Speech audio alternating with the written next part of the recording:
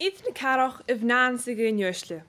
Ha sinnig scolfi cnegal Sean na bholaí go mo chóir gan na chola díogar gris de hirirhas cóirs nach go dheanú. Idan heachcan sa chai, chanil dinge gof nach de bhuaich na sirirhas an cainachaí bhir an hamal fuch na dúcha Sean na chailin bethe as na cocíon. Ba má hen hín dro águs na gurm gan chocach, a colachrí imimedoch ballach ile ranne gris de hirirhas náisianta nó National Service.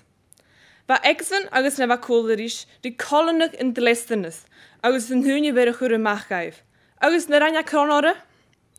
Ceist go leor, ba dinge nó dhís nach rocha Jónach an húne seo chur seachad, ach nuair sa háisiad, gahariad an naintin, agus bhad mar a bhórchuid I bheith fécin na buanachgan an leibin hirirhas seo. Smíich an dráasta, char o ballach a chain sás is an hirirhas náisianta, nach dúir corm ceart nó scial úráisachach. Huad corm jálas a chuúr ballich jelle voor fuch na dúcha, agus ag aim far nach roa na asan do gunne kommente a gáil haul haris.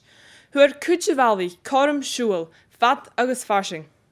Ach, ba ballach a níos ag caimp sirirhas an náir an na sasing, agus séver a gáid nu de hura remote posting.